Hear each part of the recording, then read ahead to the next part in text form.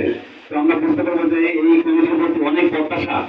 আজকে যারা নির্বাচিত হবেন তাদের কিছুক্ষণের মধ্যে আনুষ্ঠানিকভাবে ঘোষণা করবেন আমাদের নির্বাচন কমিটি সভাপতি ও নির্বাচন করবে সভাপতি মহোদয়।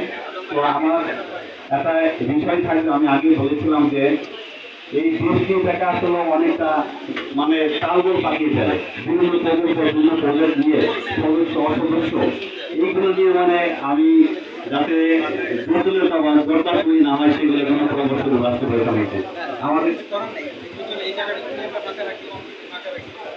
আমরা একটু বসে যাই, ভিতরে যাই, একটু ভিতরে চলে যাই, আমরা একটু ঠিক আছে।